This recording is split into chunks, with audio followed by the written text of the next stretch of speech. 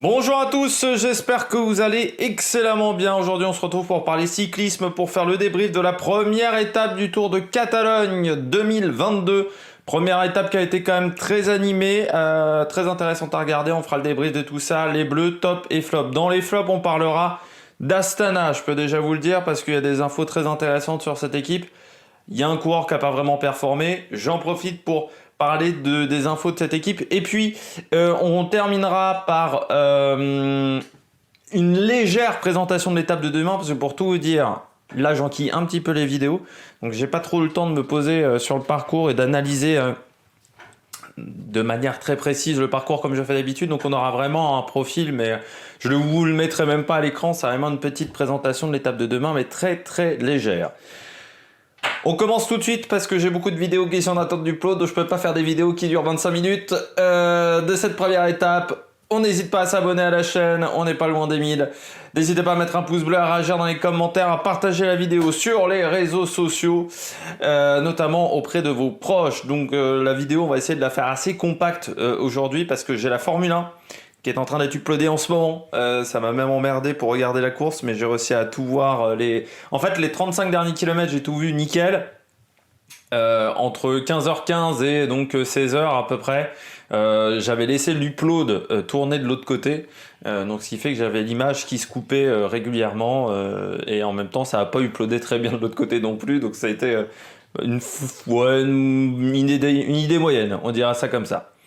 Course très nerveuse sur cette première étape avec des coups de bordure, ça arrive pas souvent sur le Tour de Catalogne, avec des grosses tentatives de coups de bordure, ça a failli marcher à un moment, mais en fait le problème c'est qu'il y avait un petit peu de forêt pendant une vingtaine de kilomètres, ce qui fait que c'est revenu derrière, mais il y a des coureurs qui ont vraiment dû cravacher, je pense notamment à Ineos Movistar qui était vraiment mal embarqué.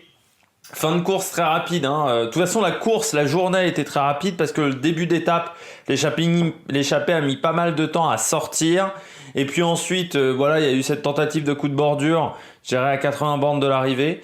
Et puis derrière, quand c'est rentré, il y a eu une petite attaque d'une équipe de 5 coureurs, mais sur les 100 derniers kilomètres, on a dû débrancher 5 à 10 km grand maximum. Donc autant vous dire que ça a pas mal tabassé. J'ai pas regardé la moyenne horaire même.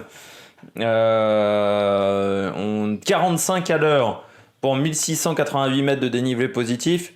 Autant vous dire qu'il y a des coureurs demain, ils vont être pas bien. Et puis surtout les conditions climatiques, pas facile avec pas mal de pluie. Ça m'étonnerait pas que dans les jours à venir, on ait pas mal de bronchites, pas mal voilà, de petites fièvres, de petites fatigues sur cette étape, à cause de cette étape-là. Donc aujourd'hui, beaucoup de coureurs sont contents d'être dans le temps du leader parce qu'on ne gagne pas la course aujourd'hui, mais on pouvait sacrément la perdre sur cette première étape. On commence tout de suite par le bilan des Bleus. Du côté du bilan des Bleus, je commence par un coureur qui a fait le podium du jour, c'est Quentin Paché. Très belle troisième place de Quentin Paché, ça fait du bien de revoir. De toute façon, c'est un peu la course des retrouvailles entre Matthews, Quentin Paché, des mecs qu'on n'avait pas trop vus depuis quelques temps, on va dire, et qui reviennent depuis quelques jours. Alors Quentin Paché, vous en avez parlé déjà lors de Milan-San Remo, parce que je vous avais dit plutôt que il avait plutôt très bien performé lors de cette course, qu'il avait fait un beau boulot pour Arnaud Démare. Notamment pour le laisser dans le bon peloton dans la descente. Parce que je rappelle qu'Arnaud Démare était à une dizaine de secondes, je dirais qu'il était à 100 mètres en haut du Poggio. Et Paché, là aujourd'hui, il a été très bon. Alors il disait pourtant, parce que là j'ai entendu une interview qu'il a fait à Eurosport, à l'arrivée de la course, il disait pourtant début de journée j'étais pas top, c'est vrai que le transport entre Milan et Tour de Catalogne, c'est-à-dire que dimanche, il a passé son temps dans les transports. C'est pas top pour récupérer d'une course de 300 km, qui est éprouvante, Milan-San Remo. Il a dit oui, non, je sentais pas hyper bien en début de journée. Et puis, il était toujours avec un petit temps de retard dans les coups de bordure. Et puis, il y a eu le premier passage sur la ligne d'arrivée. Il s'est dit, tiens, ça a l'air de me convenir, cette arrivée-là. Il dit, allez, je vais me mobiliser pour le final. Et puis, bien lui en a pris, parce qu'il reste dans la route Colbrelli. Et puis, ça passe. Troisième place, et puis il finit fort, hein, son sprint, parce qu'il a 2 doigts de sauter Colbrelli sur la ligne. Hein. Donc vraiment très bien pour Quentin Paché. Ça, c'est un pur puncher, hein, Quentin Paché, mais on ne l'avait pas vu depuis 1 an et demi. C'est-à-dire que, enfin 1 an et demi, oui, quasiment. On ne l'avait pas vu depuis 2020, parce qu'il avait été très bon en 2020, notamment les championnats du monde, où il participe à la victoire de Julien Lafilippe, mais également le Tour de France. Et puis, quasiment après les championnats du monde, on l'avait déjà beaucoup moins vu, sur la toute fin de saison 2020. 2021, il passe à travers avec BNB Hotel, et c'est peut-être dû aussi au fait qu'il préparait déjà son changement d'équipe, parce qu'on sentait bien qu'il voulait pas rester chez BNB Hotel. Et puis le début de saison chez Groupama, il a surtout fait un travail d'équipier, mais il faisait partie de un peu comme Groupama, hein, le reste de l'équipe. Il y a un début de saison un peu timide de la part de Groupama, et puis là, bam, belle course, belle performance de la part de Quentin Paché, beau sprint, bien placé également, hein, il a su se placer dans le final, prendre la bonne roue. Voilà, très bon travail de la part de Quentin Paché, il faut le souligner. Belle performance également d'Attila Walter, le Hongrois qui prend la 10e place. Attila Walter, mettre une petite pièce sur lui du côté du classement général, ça serait pas con. On continue du côté des Bleus au top avec Hugo Hofstetter. C'est pas passé pour Hugo Hofstetter, je le mets quand même en plus parce qu'encore un top 10 pour Hugo Hofstetter avec la 9e place. Et c'est le seul sprinter avec Colbrelli et Matthews dans le top 10. Donc c'est une sacrée performance quand même pour Hugo Hofstetter, surtout qu'il y avait une côte à une trentaine de kilomètres de l'arrivée et on le voyait à l'arrière du peloton. Donc il s'est vraiment fait mal pour rester dans le peloton à ce moment-là. Et puis derrière, ça montait un peu trop pour Hugo Hofstetter, mais encore un top 10, il collectionne depuis le début de saison, il tourne autour. Demain, ça devrait mieux lui convenir, hein, en passant pour un sprint. Demain, l'étape de demain, ça peut être intéressant pour Hugo Hofstetter, mais voilà, Michael Matthews était plus fort avec Colbrelli, mais qui sont des sprinters punchers, ce qui n'est pas vraiment le cas d'Hugo Hofstetter, même si il a remporté le Samin notamment. Le Samin, c'est un faux plat montant, mais c'est pas non plus le Mont Ventoux. L'arrivée du Samin, là, c'était une vraie difficulté. Hein. Le dernier kilomètre, c'était du 5% de moyenne, c'était un vrai petit mur, voilà, un petit radar dans le dernier kilomètre. Voilà, c'était quand même pas simple. Surtout que la route n'était pas forcément hyper large non plus. Voilà, il devait y avoir 7 mètres, 6 mètres 50, 7 mètres de large. Et Hofstetter qui a vraiment été bon aujourd'hui. Donc voilà, c'est 9e place devant Edouard Prades. Mais devant Molano, par exemple. Devant, il n'y a pas 150. Devant Juan Ayuso, et également l'Espagnol, qui aurait peut-être dû plutôt tenter sa chance que de tenter avec Molano. Je ne l'ai pas mis dans les flops, Molano, parce que je voulais mettre Dombrowski. Je crois que je ne l'ai pas mis. Je sais plus. Non, je l'ai pas mis dans les flops, mais bon, c'est parce que je voulais parler d'autre chose. Et puis, autre coureur au top, Sivakov, le français désormais. Et oui, il a changé de nationalité. Dis donc, il a mis 1 an et demi. C'est bizarre, hein, quand il y a eu l'invasion, la guerre en Ukraine, tout de suite ça s'est fait en 2 jours. Pour Sivakov, donc il prend la 17e place, mais surtout Sivakov, bonne journée, il a des bonnes jambes. Sivakov, pourquoi ? Parce que c'était le seul Ineos qui était dans la première bordure. Ça, c'est quand même un signe de plutôt bonne performance du côté de Sivakov. Et pourtant, c'était des conditions difficiles. C'est pas forcément le coureur le plus à l'aise sous la pluie, mais il a été plutôt bon. Et puis, normalement, Sivakov est plutôt performant sur les courses d'une semaine. Donc là aussi, si Richie Porte et Carapaz ne s'en sortent pas très bien, eh bien, ça pourrait être une bonne solution de rechange Sivakov. Du côté des flops, j'ai mis Eddie Gebert. Pourquoi Eddie Gebert ? Il finit 97e, il finit à loin, quasiment 7 minutes. Eddie Gebert, que je retrouve, voilà, 97e. C'était quand même un parcours qui normalement devait lui convenir aux coureurs français, mais bon, c'est un coureur qui est maintenant devenu très irrégulier depuis sa blessure au genou. Il était hyper prometteur. Voilà, on revient sur Eddie Gebert sur les premières années, hyper prometteur. Et puis, il a eu une grosse blessure au genou et maintenant il est assez inconstant dans ses performances. J'ai peur que ça devienne un petit peu comme Romain Sicard, qui était un espoir qui n'avait jamais concrétisé à cause des problèmes au niveau des jambes et au niveau notamment du genou. Puis ensuite, il a dû arrêter sa carrière à cause d'un problème cardiaque. J'ai peur qu'Elie Gebert n'arrive jamais à montrer tout le potentiel qu'il a à cause de ses problèmes de genoux. Mais voilà, c'est depuis cette blessure, il y a des fois où il peut être très bon. Je pense notamment autour de la communauté de Valence l'année dernière. Et puis, il a du mal à enquiller au niveau des performances. Et là, aujourd'hui, perdre 3 minutes sur une étape comme ça, c'est compliqué. Alors après... comme il y a des moments ça a sauté au niveau de l'image, peut-être qu'il est tombé un moment et que je l'aurais raté, mais je ne crois pas avoir vu une chute d'Elie Gebert. Mais si il y a une chute d'Elie Gebert, n'hésitez pas à me dire dans les commentaires parce que des fois je vois pas tout lors d'une course. Donc voilà, n'hésitez pas à le marquer dans les commentaires, mais je crois pas qu'il soit tombé, donc je crois que c'est vraiment une panne de jambe pour Elie Gebert. On passe tout de suite au coureur au top. Attaque de Marlou! Du côté des coureurs au top, je commence avec Michael Matthews, de retour, de nouveau vainqueur, 1 an et demi sans victoire, Michael Matthews. L'année 2021, on en avait parlé, c'était un coureur qui m'avait déçu. Et puis même sur Paris-Nice, j'avais été assez frustré par... Enfin, j'en avais parlé sur une course, et puis... non, c'était pas Paris-Nice, c'était Tirreno. C'était pas Tirreno, on en avait parlé. Si, c'était Tirreno. Je sais plus, mais on en a parlé cette année de Michael Matthews, je sais plus sur quelle course, où je dis s'il est même plus capable de passer une bosse, vraiment, quel est son potentiel? Ou c'était sur l'Estradé peut-être? Où il était impliqué dans la chute, je ne sais plus. On en a parlé à un moment. Et c'est vrai que moi j'avais dit, Michael Matthews, il est même plus capable de passer un sprint. Je sais plus si c'était l'année dernière, je sais plus. Mais l'année dernière, de toute manière, sur la Vuelta, j'avais été très critique avec lui. C'est l'un des coureurs que j'ai le plus critiqué sur la Vuelta. Et en fin de retour. Et puis là, son sprint, il est solide, Matthews. C'est un vrai sprint puissant. Costaud, parce que Colbrelli est pas au top de sa forme encore, mais il est quand même déjà solide.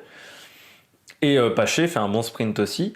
Et puis il est très fort dans ce type d'exercice, Quentin Paché, dans ce type d'arrivée-là. Donc Matthews, ouais, costaud.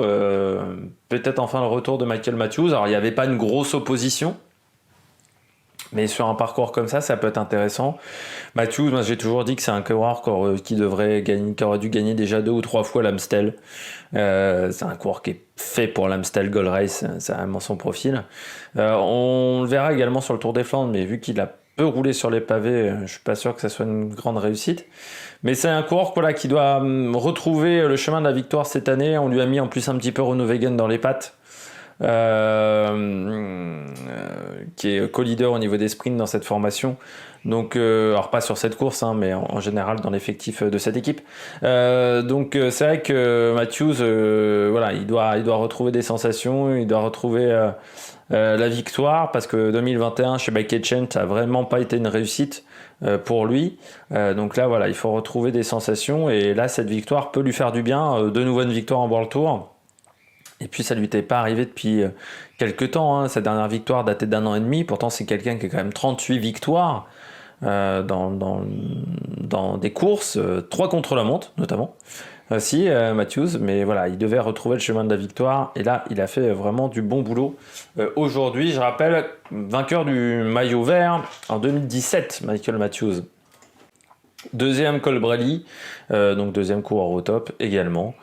Pas grand chose à dire pour Colbrelli, à part que s'il n'avait pas bouffé autant de vent à 15 bornes de l'arrivée, peut-être qu'il aurait eu un peu plus d'énergie. Est-ce qu'il s'est mis également au bon endroit parce que Matthews est à droite de la route, alors que Colbrelli est à gauche, dans le sens des coureurs, pas dans le sens de la caméra. Donc est-ce que Colbrelli a pas choisi le bon côté, qu'il était en plein vent? Je sais pas, je pense qu'il était quand même encore une chouille court pour ce sprint-là, parce qu'on voit qu'il part quasiment au même moment que Matthews, mais que sur la fin, c'est là où il perd son sprint par rapport à Matthews, c'est un peu plus compliqué.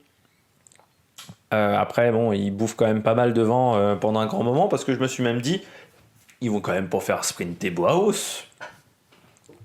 Parce qu'il y a vraiment un moment où on le voit en deuxième position du peloton, on se dit, mais qu'est-ce qu'il fout là? C'est-à-dire il doit être 4-5 positions derrière. Là, il bouffe trop de vent.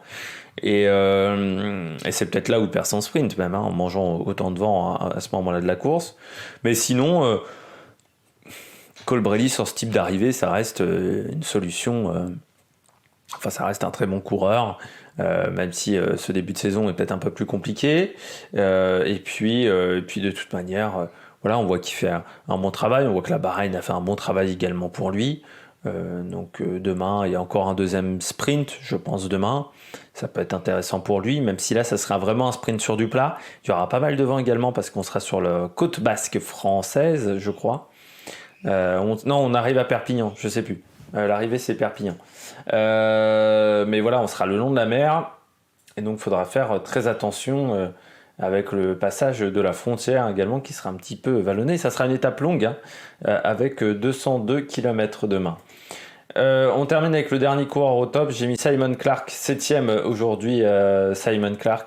Dire que ce coureur-là a failli prendre sa retraite à la fin de l'année dernière parce qu'il n'avait pas d'autres opportunités, alors que j'ai toujours dit que c'était un bon coureur, un bon puncher, Simon Clark, mais qu'il n'y avait pas d'opportunité pour lui.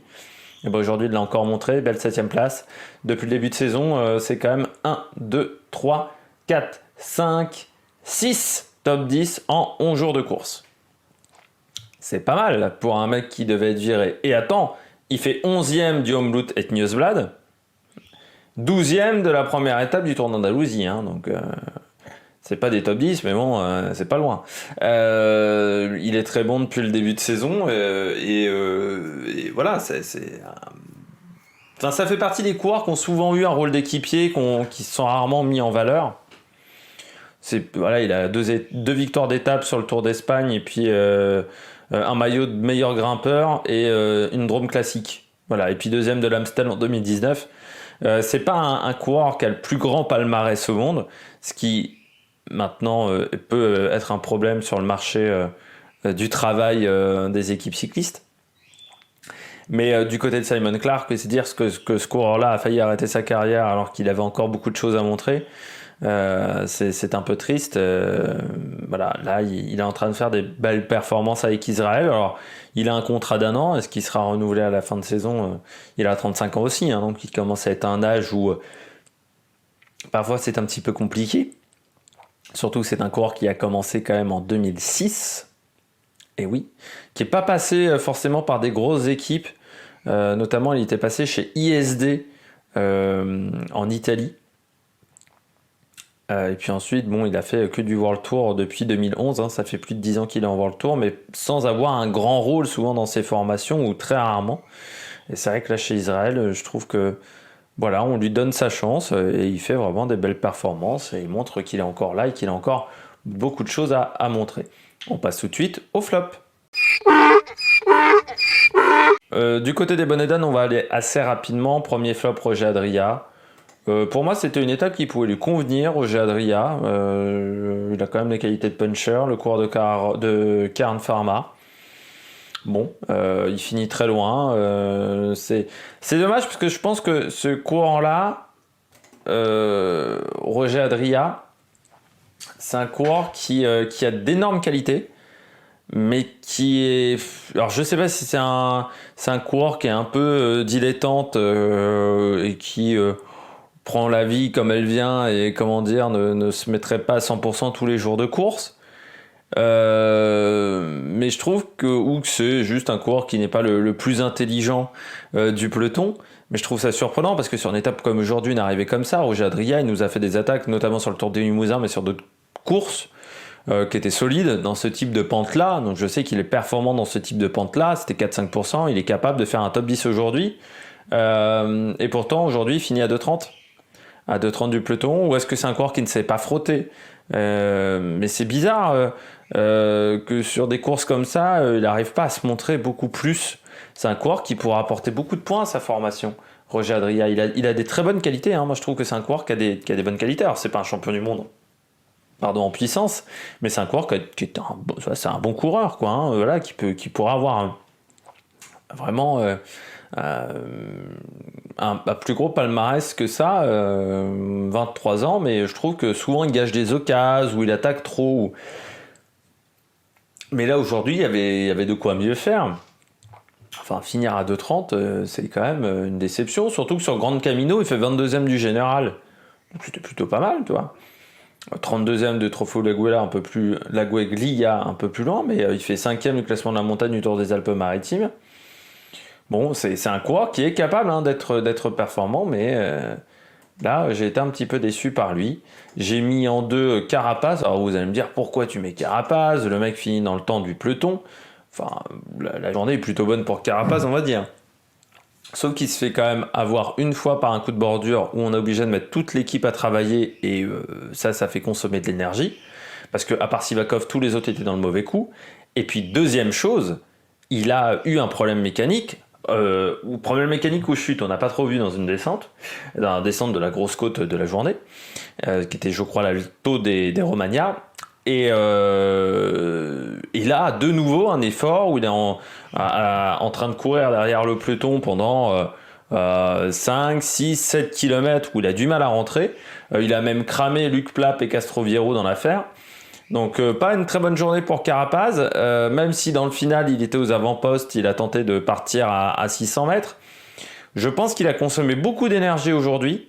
Et quand on connaît la difficulté d'un Tour de Catalogne, même si cette année il a l'air d'être peut-être un peu moins dur que d'autres années, consommer autant d'énergie sur une première étape, c'est pas forcément l'idée du siècle. Parce qu'il reste encore 6 étapes, il va y avoir des belles montées et c'est des étapes souvent très dures. Tour de Catalogne, c'est une course qui n'est pas simple. Vraiment, dans les courses d'une semaine, ça fait partie de l'une des plus dures. Donc voilà, Carapaz, il ne s'est pas économisé aujourd'hui et c'est peut-être une erreur de sa part. Et puis on termine avec Dombrowski et Astana. Dombrowski qui finit 99e à 3 minutes 19. C'est pas une bonne journée, mais on va revenir un petit peu sur Astana parce que c'est vrai qu'on me l'a marqué dans les commentaires que Astana, il n'y avait plus de salaire dans l'équipe. Et puis je me suis dit là, en voyant Dombrowski mal classé, tiens, qu'on pourrait revenir sur la situation d'Astana, qui est une situation un petit peu compliquée, surtout qu'il y a eu des rebondissements aujourd'hui ou hier, autour d'Astana. Donc Dombrowski aujourd'hui 3 minutes 19, mais il y a peut-être des circonstances atténuantes, vu que les coureurs d'Astana n'ont toujours pas reçu leur salaire. Alors, la formation date du 2 mars. Pour le moment, je n'ai pas de nouvelles informations au niveau des salaires. C'était dans Ouest France qui nous affirmait que les salaires de janvier et de février n'avaient pas été payés et que Astana avait jusqu'au 5 mars pour le faire. Alors, est-ce que ça a été fait ? On ne sait pas. Je rappelle également que Astana est une équipe particulière. C'est Astana Kazakhstan Team. Maintenant, ça se voit un peu plus. À une époque, c'était un petit peu plus caché.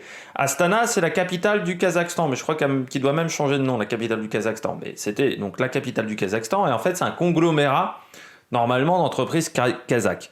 En fait, derrière tout ça, c'est l'État kazakh qui finance Astana. Donc, c'est la première équipe qui a été financée par un pays. Bien avant Bahreïn, bien avant UAE Team Emirates.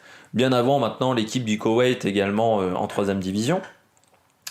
Et le problème du Kazakhstan, c'est que je rappelle qu'il y a eu un soulèvement du peuple au mois de janvier qui a été réprimandé assez violemment, notamment avec l'aide de Vladimir Poutine. Pourquoi l'aide de Vladimir Poutine ? Parce que le Kazakhstan est un endroit très important pour Vladimir Poutine, car au Kazakhstan, il y a Baïkonour. Baïkonour, c'est la base de lancement pour toutes les fusées Soyouz, donc qui permettent d'aller dans la station internationale. Donc c'est un lieu important pour Vladimir Poutine. Et le peuple s'est soulevé. Alors c'était tout début janvier, c'était avant la crise ukrainienne, largement avant la crise ukrainienne, et après la crise au Bélarus. Ça permet de comprendre un petit peu quelle est la situation de ces pays-là, qui n'ont pas forcément leur mot à dire, vu que Poutine les a aidés. Donc les chefs d'État du Bélarus et du Kazakhstan sont un petit peu pieds et mains liés avec Poutine. Et autant vous dire que pour le moment, les avoirs de tous les proches de Poutine sont un petit peu gelés en Europe. Et pour financer une équipe qui est basée, alors je ne sais plus si c'est encore le cas, mais à une époque c'était quand même pas mal basé en Italie, Astana, ça risque d'être un petit peu compliqué. Donc est-ce que Astana serait la deuxième victime après Gazprom au niveau cyclisme ? Et je dis victime, vous voyez, vous édulcorez tout ça, on est quand même loin de la situation en Ukraine. Mais est-ce que cette équipe serait la deuxième embêtée par les affaires ukrainiennes, peut-être, en sachant, enfin par la guerre en Ukraine, les affaires ukrainiennes un petit peu au-dessus, en sachant que, je rappelle que Gazprom a jusqu'au 27 mars. Le 27 mars, s'ils n'ont pas de solution de financement, Gazprom s'arrête, fait faillite, et on va se retrouver dans une situation un petit peu particulière avec des coureurs qui pourront partir, mais si les coureurs n'ont pas couru depuis le début de saison, ça va être plus facile que si les coureurs ont déjà couru avec le maillot de Gazprom. Notamment, il y a un certain Diaz qui, lui, a du cul parce que l'année dernière, il était chez Delco. Chez Gazprom, lui, il faut qu'il rate un kéno cette année. Mais du côté d'Astana, on a le premier problème de salaire. Deuxième problème, il y a une enquête qui est en cours avec une entreprise d'agents. C'est l'entreprise Abacanto SA. Là, je suis sur le site Vélo News en anglais. Alors, autant vous dire qu'avec mon anglais qui is not really good, on va essayer de faire de démêler un petit peu tout ça. Et l'UCI demande des informations à Astana autour de cette affaire, autour de cette commission, autour de cet agent qui il y aurait des soucis d'argent. C'est une entreprise d'agents de coureurs qui est basée au Luxembourg, donc forcément avec les impôts des petits avantages, on le dit toujours. Et bon, l'argent serait pas très net autour de cette affaire. Ça nous rappellerait les magnifiques affaires autour des agents du football. Et l'affaire serait pas top, vraiment autour d'Astana. L'enquête est en cours du côté du Luxembourg, une enquête qui a démarré il y a déjà le 8 juillet par le service de police judiciaire de Luxembourg. Grosso modo, pour de l'argent qui serait très louche, notamment Astana, mais également Lotto Soudal serait impliqué également dans cette affaire. Donc on va voir ce que ça va donner. On rappelle également que Astana a perdu son sponsor Première Tech en fin de saison dernière, avec le retour de Vinokourov, qui n'est apprécié que par les mecs qui font des vidéos chez GCN. Parce que, alors, je peux vous dire qu'il y a un truc qui m'a bien choqué en ce début d'année. J'en avais pas parlé. La vidéo de GCN avec Vinokourov. Alors, j'ai trouvé ça, mais alors, quand tu connais les casseroles qu'a au cul Vinokourov, notamment sur la victoire de Liège-Bastogne-Liège avec Koloknev, notamment les affaires de dopage, autant y aller avec Armstrong. Faire un entraînement avec Armstrong, je sais pas, ça serait encore mieux. Et encore, ça serait du même niveau, je pense, parce que Vinokourov, au niveau du cyclisme, non, il y a encore mieux. Björn Norris aussi, là, ou Johan Brunel, tu vois, dans les mecs qui ont fait vraiment des conneries. Et en plus, ils font ça au moment où il y a le soulèvement en Kazakhstan. Soulèvement de population qui a été réprimandé violemment. Regardez des images sur internet. Putain, les mecs de JCN, vous êtes complètement... Enfin, là, ça m'a bien énervé, cette affaire-là, je peux vous dire. Je trouvais qu'ils étaient complètement débiles. Les mecs, ils étaient en train de se marrer avec Vinokourov. Alors, je peux te dire que moi, s'il y a bien un mec avec qui j'ai pas envie de me marrer, c'est bien Vinokourov. Vu le mal qu'il a fait dans le monde du cyclisme, vu le mal qu'il a fait en termes d'image au niveau du cyclisme, plus derrière, au même moment, t'as des mecs qui se font péter la gueule au Kazakhstan, par l'équipe qui a de la visibilité, le pays qui a de la visibilité grâce à Vinokourov, parce que il n'y a pas de grands sportifs kazakhs, à part un petit peu au niveau du ski de boss, mais bon, les sportifs kazakhs, il n'y en a pas 150. Ce qui met en valeur le Kazakhstan, c'est quand même cette équipe-là. Donc faire une vidéo où on se marre avec Alexandre Vinokourov, j'ai trouvé ça moyen. Bon, voilà, c'était pour parler de Dombrovskis et d'Astana. L'étape de demain, pour finir, ça sera une étape donc, qui arrivera en France pour la première fois sur le Tour de Catalogne. On ira du côté de Perpignan. On sera le long de la mer sur, j'irai une grande moitié du parcours. Sur les 100 derniers kilomètres, il faudra faire attention s'il y a un petit peu de vent. J'ai pas regardé la météo. Mais il faudra faire très attention. Et ça devrait être plutôt une étape pour sprinter, même si sur une partie du parcours, il y aura quand même pas mal de difficultés. Notamment, il faudra traverser la frontière entre l'Espagne et la France. J'espère que vous avez aimé cette vidéo. Si vous avez aimé cette vidéo, n'hésitez pas à vous abonner à la chaîne, à réagir dans les commentaires, à mettre un pouce bleu, à partager la vidéo sur les réseaux sociaux. Puis nous, on se retrouve pour de nouvelles aventures sur la meilleure production. Ciao, ciao!